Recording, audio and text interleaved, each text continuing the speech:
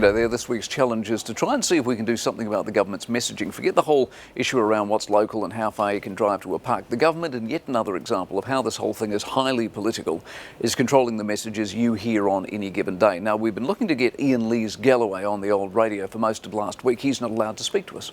Not allowed to speak to us. We want to talk to him about, in his capacity as the Immigration Minister, about the workers, about the harvesting going on in this country at the moment, the visa issue around foreign workers, both stuck here and not allowed to come into the country anymore, the issue of fruit harvesting and there not being enough hands on deck, basically. These are serious issues, of course, with economic implications. We also wanted to talk to the Immigration Department, who apparently were happy to talk but had been told not to. There's a very distinct line here between getting messages out that you want people to hear, which is standard practice of any government, and preventing genuine detail coming out because you don't want it to, or it might not suit your agenda.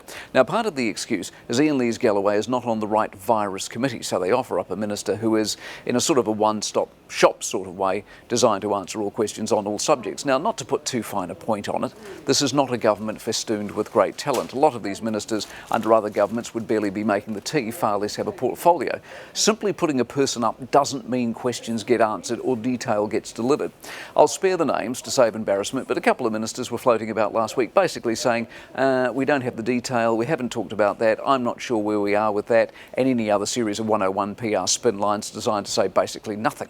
Now, the longer this goes on, the more suspicious I get that this is a PR exercise for the government, and they are as interested in how this plays for them politically as they are for the lockdown itself and our wider well-being. The Prime Minister running a very, very fine line between being an actual leader with decisive decision-making powers and a television cum radio presenter with lots of time for Facebook Lives and teddies in the window and lots of touchy-feely be kind to each other's. While we're all bantering backward and forward about whether kayaking or abseiling is good exercise and how far you can drive to go do it, the COVID numbers, you might have noticed, are going up dangerously. It is becoming clearer by the day. The airport and the testing has been a joke. There are issues around PPE gear and access to it. There are people who may or may not be isolating. There is tons of work sitting in paddocks and fields across the country needing to be done to actually make this country a living. What's happening with all of that and who's doing it? That's our question.